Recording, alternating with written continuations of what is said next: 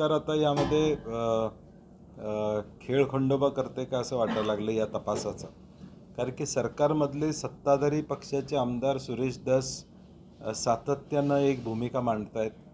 ते मुख्यमंत्र्यांच्या बरोबर TV चॅनलमध्ये दिसत आहेत. दुसऱ्या बाजूला राष्ट्रवादीची भूमिका काय हे यामधून स्पष्ट होत नाही. मारेकरी सापडलेत, काही अजून काही सापडायचे आहेत अशी वास्तवता समोर त्या ठिकाणी येते. आणि एकूणच हे प्रकरण दडपण्याचा प्रयत्न होतोय का अशी शंका महाराष्ट्रातल्या जनतेला या ठिकाणी. आणि मी परवा म्हणलं तसं सत्ता कुणाची आहे याच्यापेक्षा महाराष्ट्रातल्या पोलिसांची प्रतिष्ठा लागलेली आहे की अशा पद्धतीनं मारहाण झालेल्या एका सरपंचाच्या आरोपींना आम्ही अटक करू शकत नाही. हे महाराष्ट्राच्या पोलिसांसाठी दुर्दैवी असणार आहे.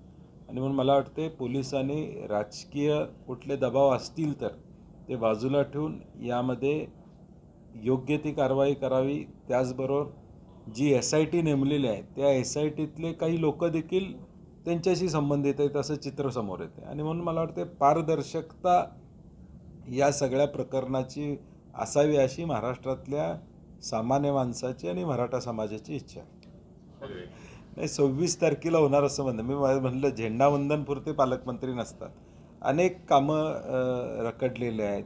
मी म्हटलं तसं अजून आढावा पालकमंत्र्यांनी घेणं अभिप्रेत असणार आहे. जिल्ह्याचा आढावा घेणं अभिप्रेत असणार आहे. AGचे कनेक्शन्स या जिल्ह्यामध्ये सोलर असल्याशिवाय देणार नाही.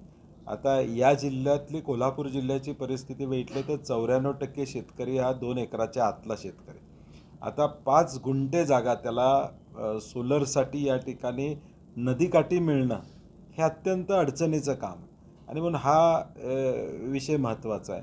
परवा म्हणलं तसं देवस्थान कमिटीच्या बद्दलची चर्चा त्या ठिकाणी चालू आहे, तो विषय महत्त्वाचा. आणि एकूणच आर्थिक नियोजन या जिल्ह्याचं पुढचं कसं होणार आहे, किती पैसे आम्हाला जिल्हा नियोजन म्हणून या जिल्ह्याच्या विकासाला प्रामुख्यानं त्या ठिकाणी मिळणार आहेत, ही सगळी कामं आता जवळजवळ ठप्प आहेत. नाही, मला वाटतं काळजी घेतली पाहिजे. कारण की प्रत्येक एखाद्या राज्यामध्ये एखादी आपत्ती किंवा एखादा व्हायरस किंवा अशा पद्धतीचं होतं त्यावेळी एकमेकाशी चर्चा होत असते. मला वाटते कदाचित राज्य शासनाच्या सचिव पातळीवरून त्यांच्याकडे चर्चा झाली असणार आहे. आणि विशेष करून बाउंड्री वरची गावं किंबहुना या सगळ्या पार्श्वभूमीवर याचा प्रसार होऊ नये म्हणून योग्य ती खबरदारी राज्य सरकारनं घ्यावी अशी महाराष्ट्राची अपेक्षा असणार आहे.